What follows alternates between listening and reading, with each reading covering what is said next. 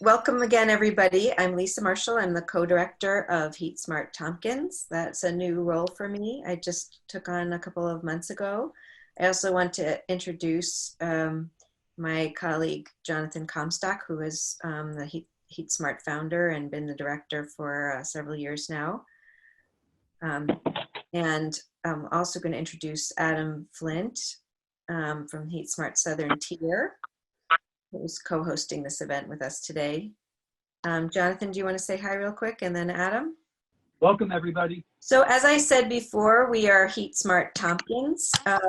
We are a community-based nonprofit dedicated to promoting and educating clean, affordable, and comfortable and healthy home solutions for your home heating, and also your building envelope, or which is looking at things like insulation and air sealing.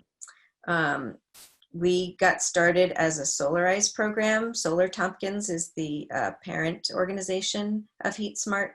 And the idea was then, after having fought and won the fracking fight in New York, some people were excited to work on the energy solutions that would lead us towards reducing our carbon footprint and making a healthier state.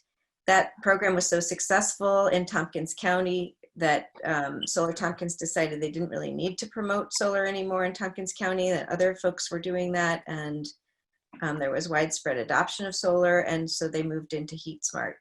And so we, again, are a nonprofit. We don't make any money off of any sales, but we partner with several local installers that we recommend.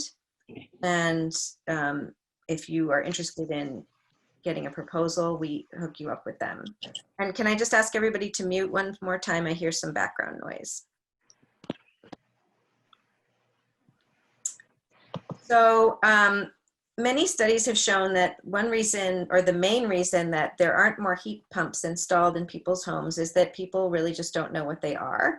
And that includes both customers and HVAC contractors. So the mission of HeatSmart is to really educate the community and also the contractor community on what heat pumps are, the best ways to install them, what kinds of equipment work for what kinds of homes and buildings. And we're always trying to innovate and learn more about the best practices for those things. We're here to fill that gap. So we do that by providing accessible information on the different kinds of options. This webinar is an example of that. We provide transparency for costs and quality issues. We work closely with our installers to make sure that they are offering you the highest quality equipment and that they are offering it for the best possible price. And we post those prices on our website. And we are a neutral source to answer your questions or troubleshoot anywhere along the journey. So whether you're first thinking about or learning about heat pumps for a future project, or whether you've signed a contract with an installer already, or whether you have a heat pump system installed but it's not working the way you want it to and you want to help troubleshoot, we're here to help talk to you, answer your questions, make sure that you get the information you need. If we can't answer the question, we know who can. So as you can see from this map, HeatSmart is such an amazing idea that we started here in Tompkins. Can you make sure you're muted? Did everybody make sure their phone or computer is muted? Thanks. HeatSmart started here in Tompkins County. We raised money from local foundations to start this work. But we were really fortunate that NYSERDA, which is the state agency funded through all of our utility bills, saw the value of this program and started to fund both our program and offer funds to start other HeatSmart or clean heating and cooling communities across New York State. And this map shows the growth of that program. And by the end of this year, there'll probably be an updated map with even more HeatSmart programs to show. So this is a good idea that is spread across New York State and even to other states. So we're really, really proud of the work that we've done in HeatSmart Tompkins to start this. So in the time of COVID, we've had to change some of the ways that we do our HeatSmart programs. What we love to do is come and meet folks in their home communities, in libraries and churches, community halls, and in homes to talk about HeatSmart program and introduce you to the miracles of heat pumps and to all of our installer partners. We can't do that now. So we really encourage you to make use of our website. We're posting webinars and information on there all the time. The previous couple of webinar series are posted on our website, and you can view those at your leisure and share them with your friends. We also love to ask folks with homes with heat pumps installed to open their homes for tours. And again, we can't do that now. So we have a few people who have taken home videos of their homes and their systems, and we're going to be editing those and putting them up on the website and on our Facebook page. And we want you to know that we've worked closely with the installers, and our installers are working closely with New York State to make sure that we have protocols in place for safe home assessments during COVID. Because our area is in phase 3, they are legally allowed to come to your home to do a home assessment. But if you're not comfortable with that for any reason, they can still do a remote assessment, talking to you on the phone, looking at your home on Google Earth. You can send them pictures and even video of your home so that they can make a proposal for you based on that information. Or they can come to your home if you are comfortable with that. They have protocols in place, taking temperatures, washing hands, wearing masks, and so on. And they will discuss that with you when they set up a home visit. So that's my part done, and I'm now going to stop sharing my screen and turn over this presentation to Ryan Dailey of Dailey Electric or Dailey Geothermal to do his case study presentation. Take it away, Ryan. Is that up there? Yes, you might want to put it in present mode, but we can see your slides and we can hear you. Or at least I can. How did I mess that up? I think you can click where it says from beginning. Oh, there it is. I'm not good at PowerPoint. Okay, here we go. Hi, everyone.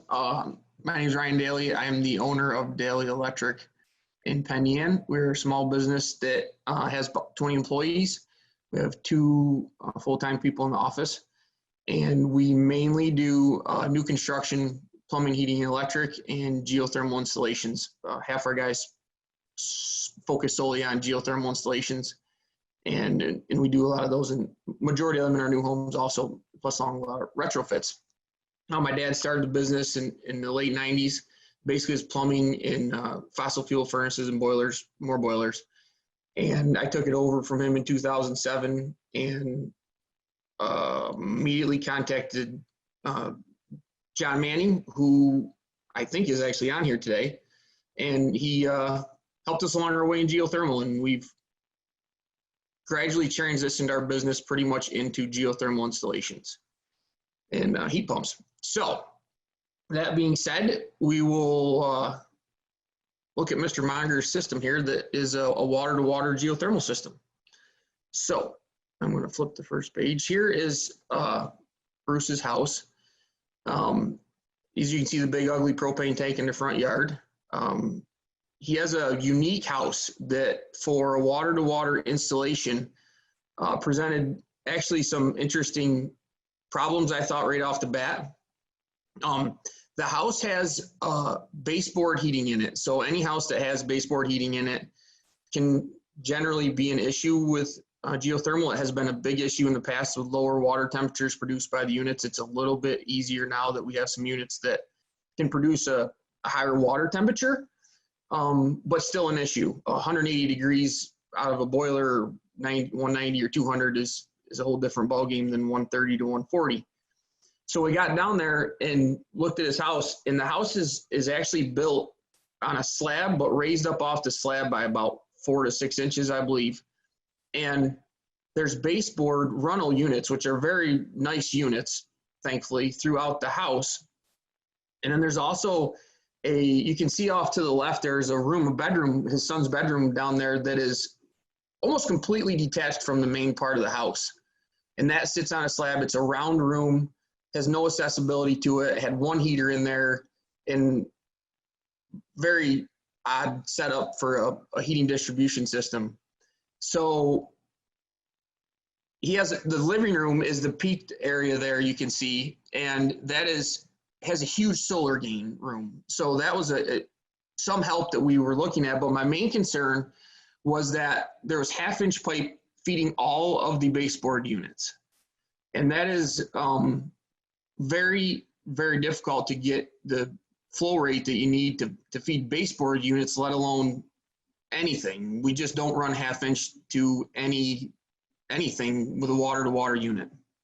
So I was very nervous about that. Even just looking at it right off the bat, it made me cringe kind of badly. I knew that if we could possibly get some air handlers or some air distribution in the house, we could help that. But I was still really concerned that it would not heat when we got to a lower temperature. So we did a heat loss, and in the meantime, I asked Bruce if he would turn the temperature back on the boiler to 120 to see if we could maintain a comfortable temperature. They did not like the home to be very warm, so I thought maybe we could do it after I did the heat loss. He turned it back, and it didn't go good because we had aquastat issues and boiler issues, and I don't know that we ever fully achieved what we were trying to figure out if it would do 120 because of the boiler issues that arose real quickly. So that is the basic layout of the house. And pretty quickly, he said he wanted geo after we talked to him. There wasn't really any discussion as far as putting a boiler in, putting air source heat pumps in. The whole discussion from day one was geothermal and how we could get this in there. It was a very small utility room to do what we wanted to do in this room, which I will show you. So there's a heat loss we did, and we came up with roughly 43,000 BTUs and the cooling load 19. I wasn't comfortable with that cooling load. I thought it was a little bit more because of the solar gain on that room, and the heating load I was borderline on, but I thought we were good with a 5-ton system, 5-ton water-to-water unit, no problem, should handle that if we could get distribution properly. So here is the loop being put in. And again, you can see on Bruce's picture, you can see the Moravic's well drone rig standing there. That's a really cool picture. The room all the way here to the left is a huge challenge, especially with no accessibility for us. I was very nervous about that. There's to the right of that picture is the borehole. It's a 500-foot borehole, 1.5-inch pipe, and grouted to the surface. And Preston is getting ready to do some fittings on there. There is not a lot of people, we get a lot of questions about vertical systems versus horizontal. People don't necessarily get to see them. And this is what it looks like when it goes down the hole. That's a unreeler, and that's a tremmy line. The grout line is on the trailer next to it, and that's how the grout is forced down the hole. Just a nice picture that we don't normally get to see on systems. So this house being on a slab, we had no option to bring the pipes up in a conditioned space like we would normally do. So the loop actually had to come up the outside and in, which is not the best option, but we had no option.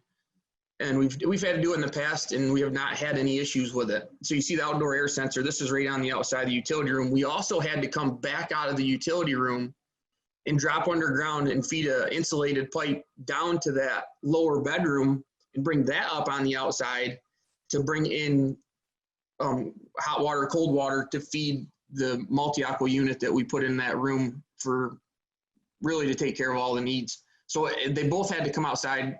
Definitely not the optimal situation, but we were pretty happy with the outcome as far as temperatures that we got out of everything. Bruce made those covers. They're the very nice covers. You would never know there's geothermal pipes behind there. And there is another one at the other end of the house that's actually nicer, and probably took him a whole weekend to do because he had to sketch it around stones. So here's the utility room. There's the boiler that was in place. This is in process of being ripped out. We had tore the indirect hot water tank out and put an electric tank in so that they had temporary hot water. We do that right off the bat usually when there's a hydronic system going in. So that's on its way out. To the right is the finished product for the most part, I believe. There is a 5-ton water furnace OptiHeat unit on the bottom. It's an NEW066. And then on top is a NSW025, which is used for the domestic hot water needs. There is a 10 kW auxiliary inline heater. There's a white box right in the middle of the screen with the only exposed copper really you can see. And if something were to happen or the heating didn't keep up at a certain amount of runtime, that pump turns on and flows through there, and we get an extra 30,000 BTUs added to the heating system. That is controlled by, right to the left of that, there's a blue box you'll see with a, John Manning builds that box, his guys do. It's the Phoenix control box, and it's awesome. It's made life lots easier for all of us. It can do all kinds of things. That's a simple one right there. It just does heating and cooling. In the auxiliary heat, there's some that do 100% hot water, multiple stages of boilers. John makes it however we ask for it. So we put those in every system. And then it's controlled by an outdoor reset that optimizes water temperature going through the house. This house would require that to be kept warmer than, say, a radiant house. You can see the zones underneath it. We tore the zone valves out and put Taco Century zone valves in, and there is, I guess there's 5 zones. I thought there was 4, I apologize. We bumped it to 3/4 inch pipe, but right behind there, it's 1/2 inch, which is just horrible flow to those units. You can see above those, there's 2 more Century valves, small zone valves. The one feeds an air handler in Bruce's living room, and the other one feeds outside and down and out to the lower bedroom. But all of that is in that room is very small, very small. There's on the front of that stand, the wooden stand, you see a hydrostat controller, and that controls the hot water temperature and all the settings inside the unit. Again, that's a close-up of the Phoenix Energy box. We added a heat cool, and in some houses we would not have to do that. Here we did. To the right is an Aurora web link that hooks into the OptiHeat unit. In the 7 series unit, that provides far greater information for us than it does out of a water-to-water unit. We get basic information, and I realized yesterday that Bruce's is offline, so I have no information from Bruce's. So we've got to, they don't like staying online sometimes. But that's what it looks like when we talk about a Symphony. That is a Symphony monitoring system. This is just a straight on of the unit, size-wise, and how much room it took up. That's tight, very, very tight. What we may do, there's a variable speed flow center and a variable speed load pump up to the left-hand side. It's a velo pump that is kind of blurry in that picture. I apologize for that. You can see the piping that we use is direct to load, and that is how it is installed. There's a close-up of the zone valves and the return lines from all the baseboard units out in the house. They're insulated because the cooling would come down there and drip a little bit on there when he's in cooling mode. I'm trying to think if there's anything else here to really go over. Not much here. So these are the multi-aqua units that we added, that we got these from John. And it's nice because it kind of shows there's multiple ways to do it. That's the runnel unit also to the left, and in the 1/2 inch that's feeding it. That's the heating unit that's in the bedroom. And then we set the multi-aqua next to it down here. That's a console unit. And then you have a high wall unit. The high wall unit is more typical for what people would see in air source systems, VRF systems. That is a normal sized high wall fan coil. That is on the back side of the utility room facing out into Bruce's living room. And really, we'll do all his cooling, obviously, and then heating it would help. It helped quite a bit for heating, especially at the higher water temperatures. That console unit, I believe, to the left is used much more than the runnel unit in that room. Bruce, I have to confirm that for me. But that unit was pretty much the most important unit to me because I did not feel like we could heat that room at all with just the runnel unit. Is that correct, Bruce? I think both were a concern. I'm not sure which room you said you had the most concern about, but they both are working great in both rooms. Yeah. So this here, so getting away from the installation, those are pretty typical installations. So this here is, I talked to Bruce about this, and this is an odd kind of setup. There was not a lot of discussion about other systems, about putting a boiler in. We didn't talk about that at all. We didn't talk about usage. Bruce wanted to put geothermal in. He wanted to show his son basically what we should be doing and what's right. And that's pretty much sums the whole system up, I feel like. But I put in here a comparison to upgrading to a high efficient boiler. And if we were to put a 3-ton air source unit in with 2 heads inside. So I put a rough number in there and to show some sort of payback so that we had a rough idea of what that would cost versus the geothermal system. Bruce received a higher than normal rebate for this setup. The normal setup would be $9,840, I believe, and he received just over $12,000 because of where his home's located in Lansing. There was extra funds for that. And then 30% rebate on top of that. So that brought the overall price of the system to $23,590 after incentives. Comparing that to the fossil fuel system, there is the payback. There was no loan, so there wouldn't be any of that. But you show a $66,000 savings over the course of the 20-year life at current rates. We did not discuss any of these. We didn't have any of these to go over because it wasn't a huge part of the conversation, which generally speaking it is, but it wasn't. This is a GeoLink that I did on the system to give us a rough idea yearly costs of the system. It should be pretty close. I was pretty comfortable with the cost of this. It shows loop. Actually, I messed that up when I put this in here, but it's fairly close. Shows a lower loop temperature, 32, which it stayed right at 32 all winter. We checked it a couple times when we went back down. Heating load is in there, cooling load, and there's the hot water needs. So that shows that he'd be around $560 for heating, $60 for cooling, and $83 for heat. I would say this should be pretty close. I don't have exact numbers from that on Bruce. I failed to ask about that because I thought the Symphony had that until I realized that it did not have that.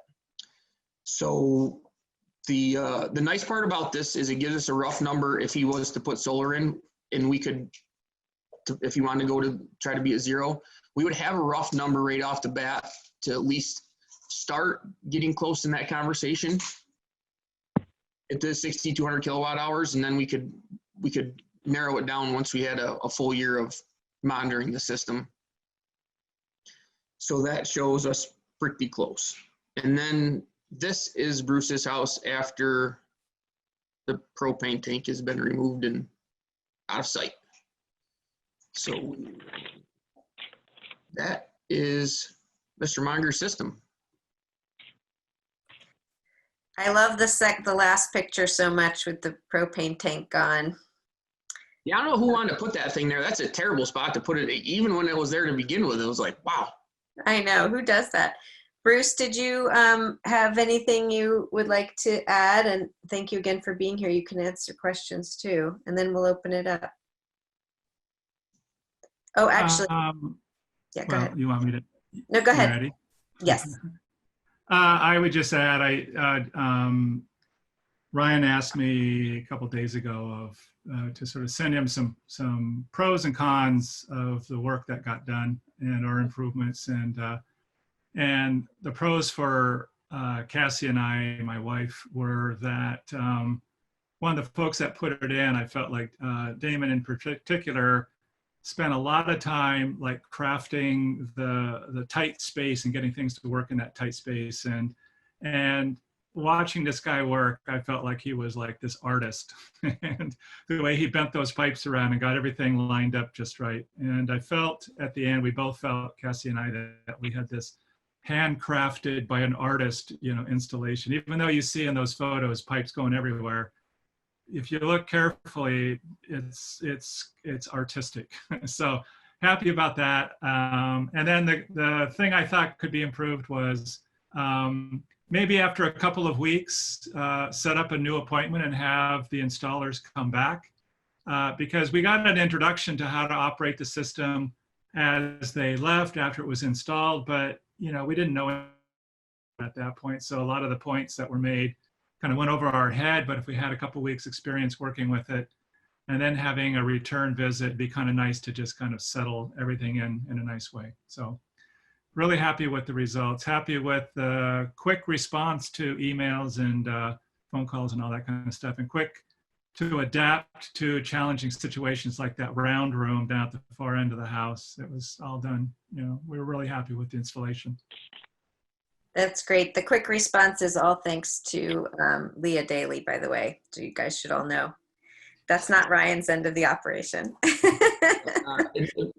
No, that's one thing that I talked to Bruce about at the end. You know, we fail in certain things, and definitely final communication with customers we're trying to get better about. And I don't know, you know, beyond, it's a definite, we have to get better at it.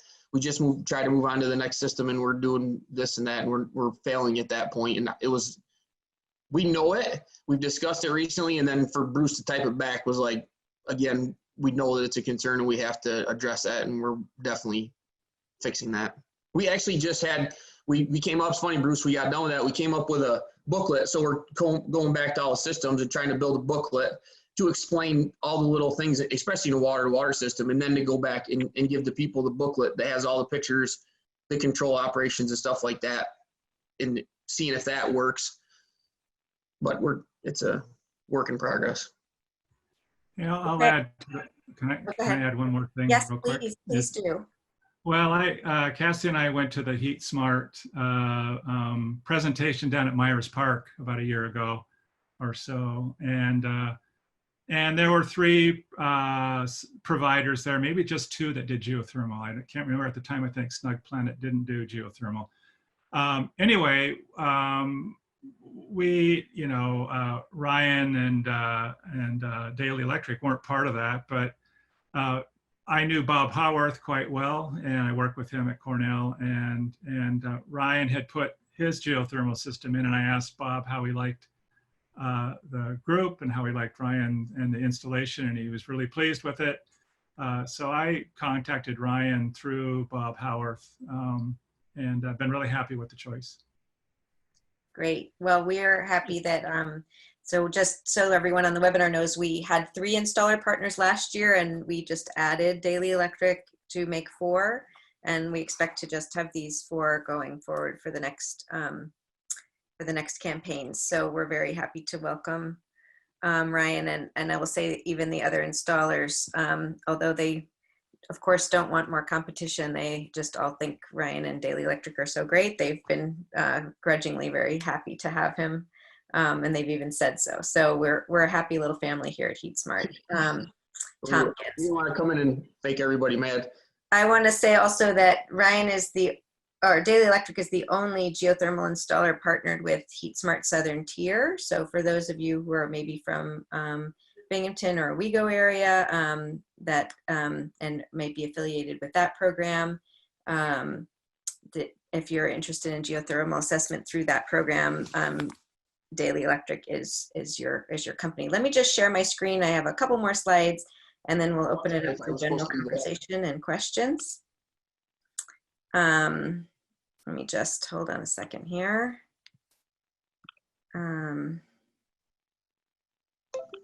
Make sure I've got my slides up. Here we go. Okay, so So I just want to say, can you guys see my screen now?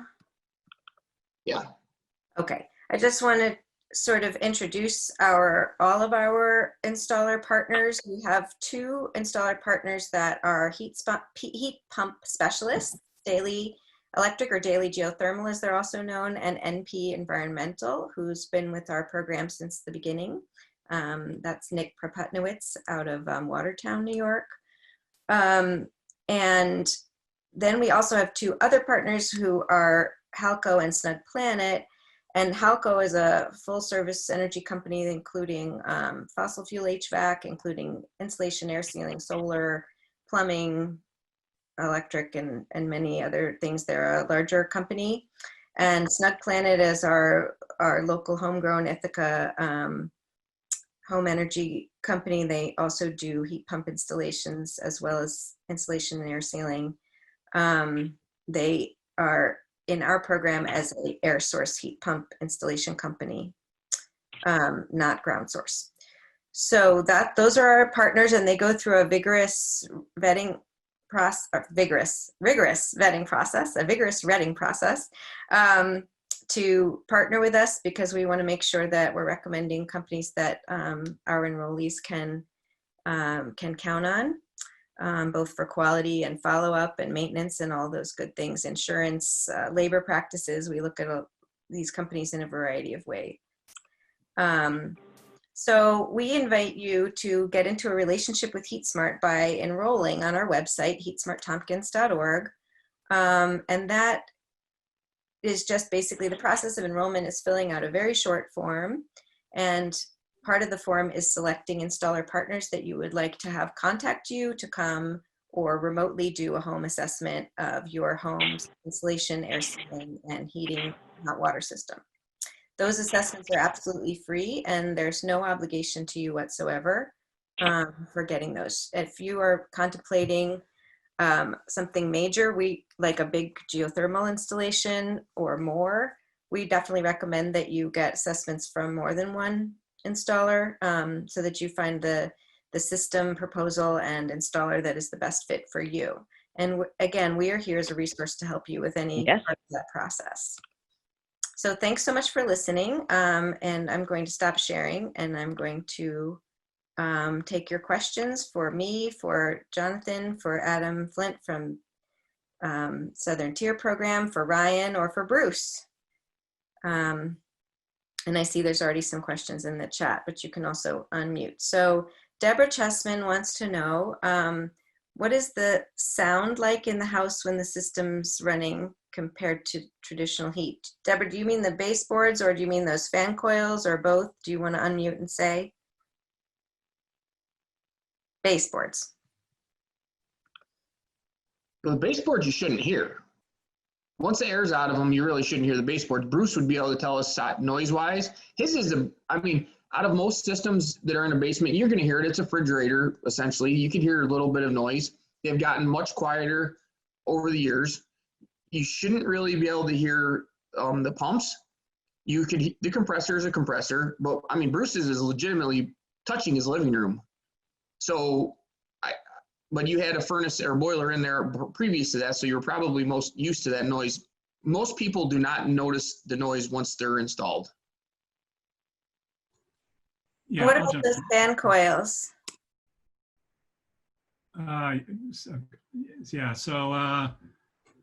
The compressor for sure is not much noise.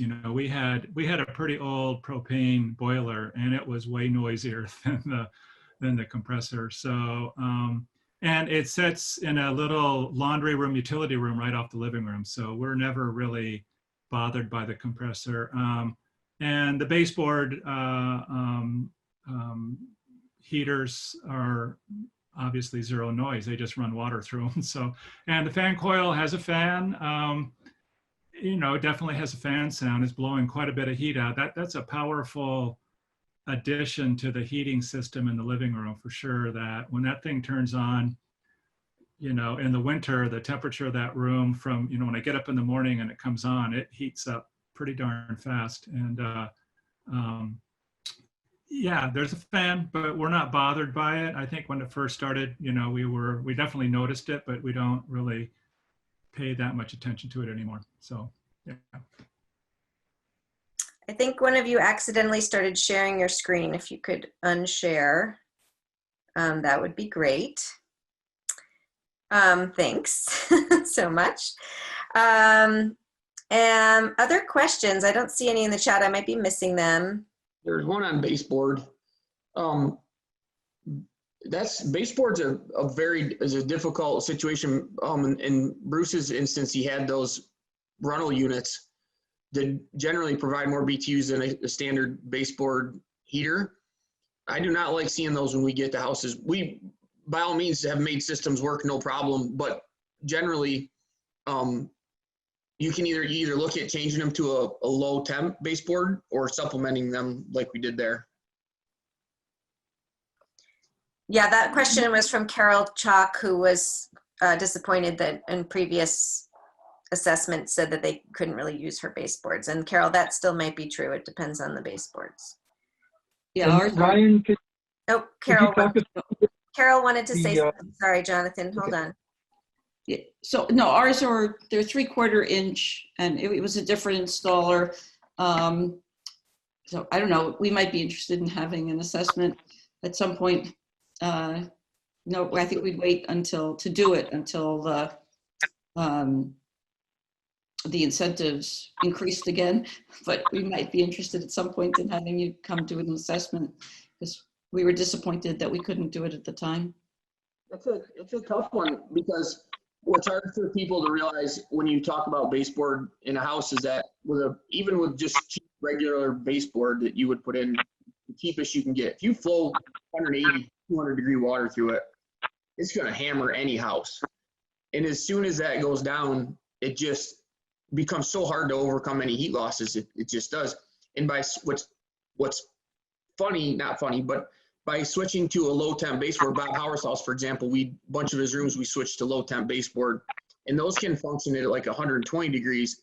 You actually get more BTUs out of 100 to 120 than you do at 180 with the other baseboard. So it's such a drastic difference in what the lower temperatures can do, because you're basically doubling the capacity with the lower stuff. It's not having that hot water it's a huge problem. I'm not quite sure I understood the answer. What do you mean by hammer the house? So when you have, when the water's 180 to 200 degrees, it's easy to heat a house. It's just super easy. As soon as you lower that water temperature 20, 30, 40, 60 degrees, it just cannot do it. So you have to either change it to a different baseboard or supplement it to really get the house comfortable, especially if somebody likes a house 72, some people, so let's say like a house at mid 60s, then it becomes sometimes easier to do it with a lesser water temperature. It's a fine line making it work right. That's where those fan coils come in. And Bruce talked about Bob Howarth, and Bob will sing all day the praises of fan coils. He has baseboards in his house and fan coils, and he never uses the baseboards. He only uses the fan coils. Jonathan, do you want to go ahead, and then we'll take the next question? yeah, I just wanted to add, I'm not sure, Ryan, you might want to expand on this, but what a fan coil is and what all the advantages are. So it's not just supplementing the heating capacity, but it's the only way you get air conditioning out of a hydronic system is to have localized units that can accept cold water and get rid of the condensate that forms. So the fan coils are usually. That's the main purpose of them when we first started really using those years ago, was just air conditioning need. And then when you get into the geothermal situation, you have the beauty of being able to run hot water or cold water through it, and they use them in commercial settings too a lot. But it's just a fan coil with an evaporator inside of it, and you run hot or cold water through it, and then small variable speed fan comes on and ramps up and down to blow whatever temperature air you want. And you'll find a lot of houses that do have baseboard, and we switch and we add some fan coils. They end up using the fan coils more than they do the baseboards, because the rooms get much more comfortable having that hot air. You can run the water temperature lower water temperature and also be just as comfortable because you don't need to run it at 130 degrees to make a house really warm.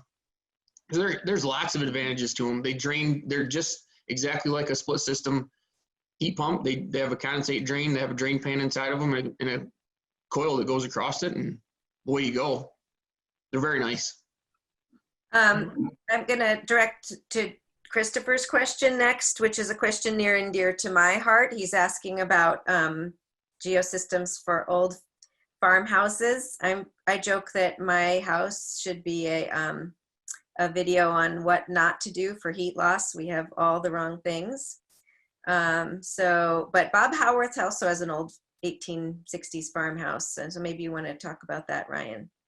Yeah, I mean, your house is a nightmare. I mean, it is. It has every problem there could be. But they can be overcome. I mean, they can. I don't know if there's ever been a house yet we've seen that we couldn't do. We've had some challenges that we had to overcome, but when you get in old houses like that, it is difficult to size geothermal properly. You know, you can't just, the old mentality of throwing a boiler in that's 100,000, 200,000, whatever you need, just because it's oversized or huge. You can't do that anymore with geo. You've got to get it right. You don't want to put an extra huge loop in that you didn't need. You want to put extra heat pumps in that you don't need. So you find that fine line is much more difficult in an old farmhouse setting, especially in hydronic world. It's a challenge, can be fun.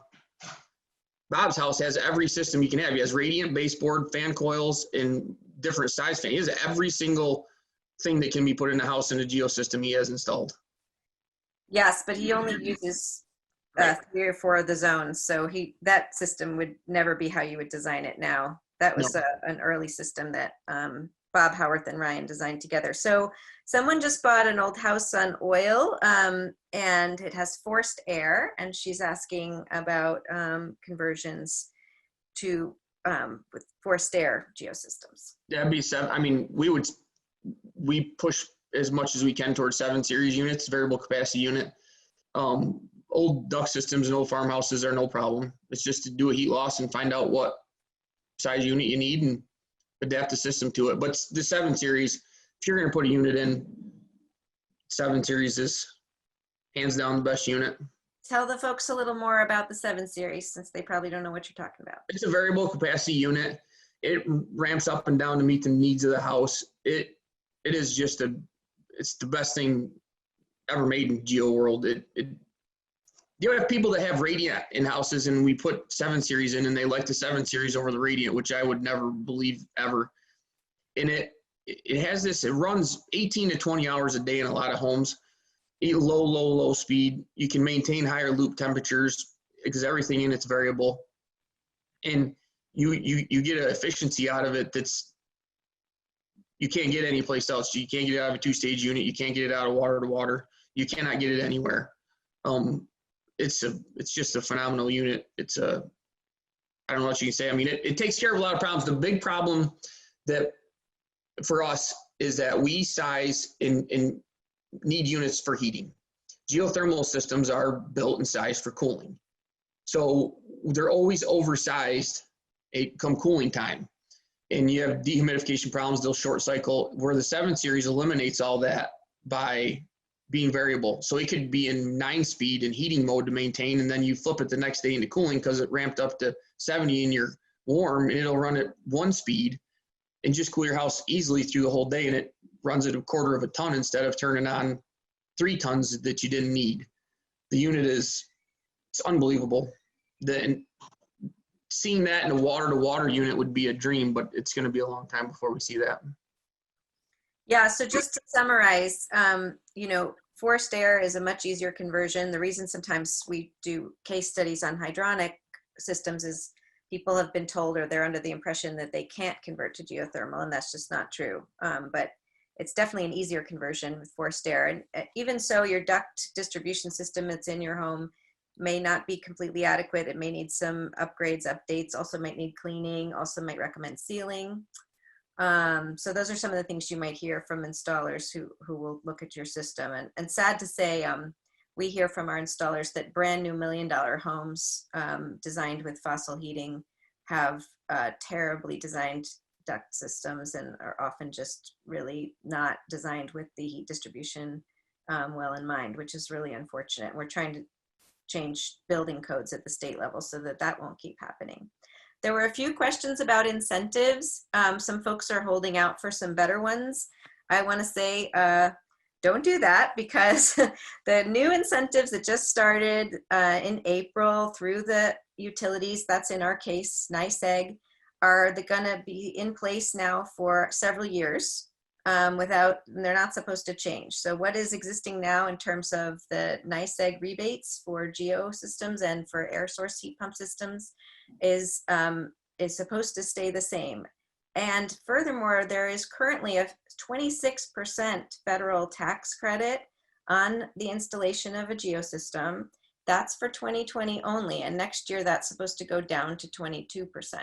So if you are in a tax bracket where you are paying taxes and you can take advantage of that, that may go away, or it's supposed to rack it down each year. There is some lobbying to keep it up or to put it back to 30%, but we thought that was going to pass last year and it didn't. So these are really the best incentives that anybody is expected to get.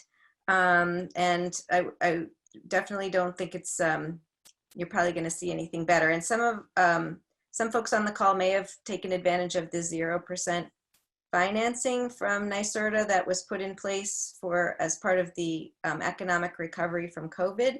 That money was snapped up in less than 2 weeks' time. So if you didn't apply by Monday at 6, that's not available. Again, we're asking that they put more money into that loan pot for 0%.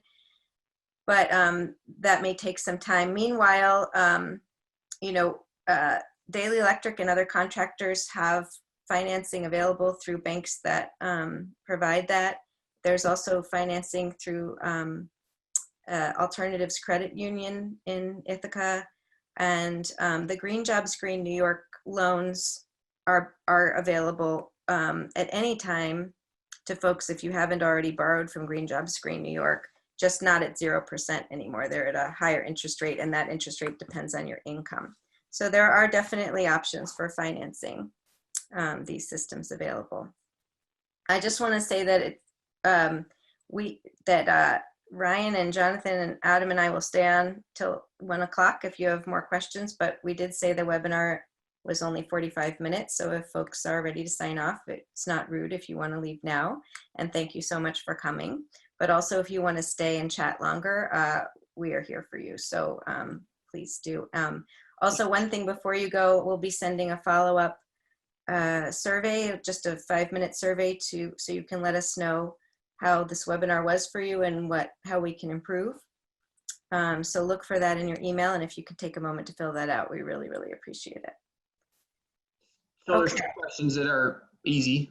Yeah, go ahead.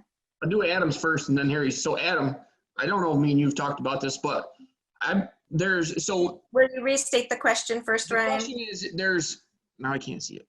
Okay, the newest water furnace hydronic systems heat to 140, is that right? It is. So it is, absolutely. Then they advertise that the 150 is even capable. I wish John was still on here. This is a number that should not be out like that because the units do not run efficiently at those numbers, and we don't want to run systems at those numbers all the time. So like Bruce's house, we have the ability to run to 138 is actually really the highest we want to see a unit go to, because then discharge numbers actually like 143, 144.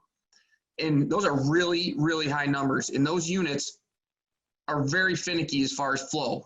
And if you don't have flow rates absolutely perfect at those high numbers, the unit's not going to last and you're going to have issues. So when they talk about those numbers, they talk about those numbers like you just slide it in and you get 140 degrees. It's not the case. And they shouldn't be run at that. To where Bruce's house, we have the ability to run 140 if he needs it. If it was horribly brutal, we do that by the outdoor reset. But With the air handlers, we can run the water back down at 115, 120, where it's much more efficient, it's easier on the unit, and the longevity of everything will be better running it at those lower numbers. I hate that they advertise those higher numbers and push that those are like regular numbers that people can see, because it's not good for the unit. And then, so what are pros and cons of the different installers? That's a great question. If I was to answer that, if you were to just ask me, like, the difference is that ours is, so let's compare us, and Snug are pretty much the same size for the most part. I think we do probably about the same. We have about the same employees. They do air sealing and spray foam and all that. We don't do any of that stuff. NP, I think, is about the same size as us and pretty much do the same stuff we do. I don't really know Nick. I know Hal, and like if we want to compare us and Snug and Hal, us and Snug are going to be pretty close to the same. We're pretty much going to provide you the same. You're going to, if you call about a geosystem, you're going to talk to me or Tom. So Tom handles all the geothermal guys, and you get, like, Damon installed Bruce's system. Damon installed Bob Howard's system. Damon's installed every system for the last 10 years. Where, like, Hal is huge and has hundreds of guys. He has individual salesmen, stuff like that. We don't. I'm not a salesman. My dad didn't teach me how to sell stuff. He taught me how to install stuff. So I've had to learn how to go out and do all that stuff, but I'd much rather be working at your house. So there's differences in the smallness, in that if you call, you're going to talk to my wife. It's family. My dad, my mom run the office. So that's some difference. But I think we all really provide the same level of final product that you're getting. There's a pretty standard level that everybody is held to. Everybody's inspected, was inspected by NYSERDA, will be inspected again. So if you were to get a, let's say, a 7 series installed, I personally don't feel like you'd get a huge difference across the board, because the units are essentially the same and you should get the same quality from everybody. Is that? Yeah, I think that's fair. It's probably unfair to put one installer on the hook for answering that question, but that's also what the HeatSmart program is here for. So we encourage you to meet as many of our installers as interest you, and then talk to us about your proposals so that we can walk you through them. Sometimes it's hard to tell, comparing proposals, what the differences are, and that's what Jonathan and I and Adam Flint in the Southern Tier are here for. That's our job, and Haley as well in the Southern Tier. So is there any more? I see a couple of other questions here. Oh, Carol, thank you. Thrilled with the envelope work they did through HeatSmart. And Deborah has a question about the air conditioning. Are you saying you have duct system for your central air, but you have baseboard heat? I guess I'm asking if we do have central air ducts, is that an option for installing the system instead of going through the baseboard heating? Absolutely. Oh, good. Okay. So there's options. Just so you know, I have radiators in my house, and I decided I didn't want a hydronic system. I wanted a central air system, but where to put the ducting was a real challenge. And I just kept the installers trapped in my home till they figured out where the ducting could go. So that was my approach. I don't necessarily recommend that to everyone, but that's what I went with, because I decided I really wanted to switch to forced air. So if you already have ducts, Deborah, that puts you ahead. Again, the ducts might not be completely adequate for a heat pump system, but they will assess that and let you know what, if any, changes need to be made to that. Harry asks, will I send a copy of the PowerPoint and the Zoom? I will send it on request. We will post the video on our website and also on our YouTube. And the other videos, you can see another case study by Dailey Electric and also case studies by other installers already on our website, as well as topical webinars that Jonathan and I have presented recently on ground source systems, air source systems, hot water systems, and insulation and air sealing. All of those are on our website under, I believe the tab is videos.